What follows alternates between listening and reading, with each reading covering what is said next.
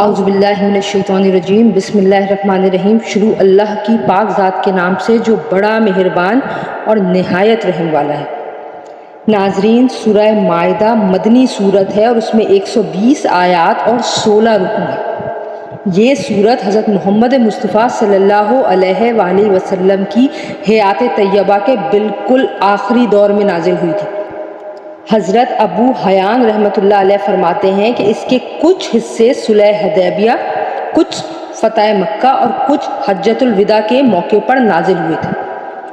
اس زمانے میں اسلام کی دعوت جزیرہ عرب کے طول و عرض میں اچھی طریقے سے پھیل چکی تھی۔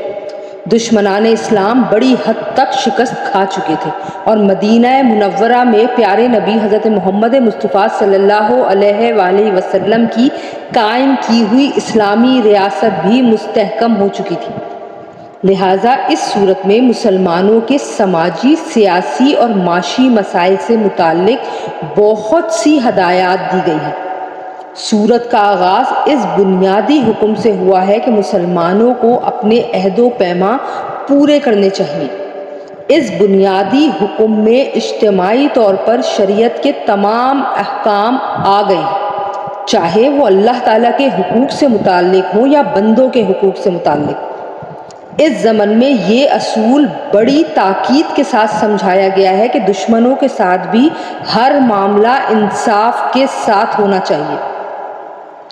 یہ خوشخبری دی گئی ہے کہ دشمنان اسلام کو اب اسلام کی پیش قدمی روکنے سے مایوسی ہو چکی ہے اور اللہ نے اپنا دین مکمل فرما دیا ہے۔ اسی صورت میں یہ بھی بتایا گیا ہے کہ کس قسم کی غذائیں حلال ہیں اور کس قسم کی حرام۔ اسی سلسلے میں شکار کے احکام بھی وضاحت کے ساتھ بیان ہوئے ہیں۔ اہل کتاب کے ذبیحے اور ان کی عورتوں سے نکاح کے احکام کا بیان بھی آیا ہے۔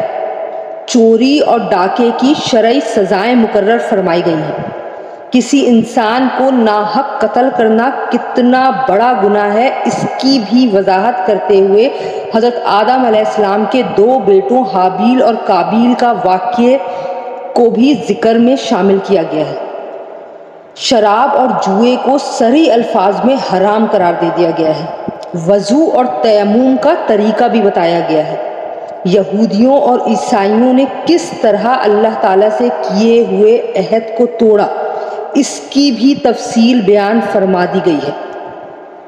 ناظرین، مائدہ عربی زبان میں دسترخوان کو کہتے ہیں۔ اس سورت کی آیت نمبر 114 میں یہ واقعہ بیان ہوا ہے کہ حضرت عیسیٰ علیہ السلام سے ان کے متبعین نے یہ دعا کرنے کی فرمائش کی تھی کہ اللہ تعالیٰ ان کے لیے آسمانی غذاؤں کے ساتھ ساتھ ایک دسترخوان بھی نازل فرمائے۔ اس واقعے کی مناسبت سے ہی اس سورت کا نام مائدہ یعنی دسترخوان رکھا گیا ہے۔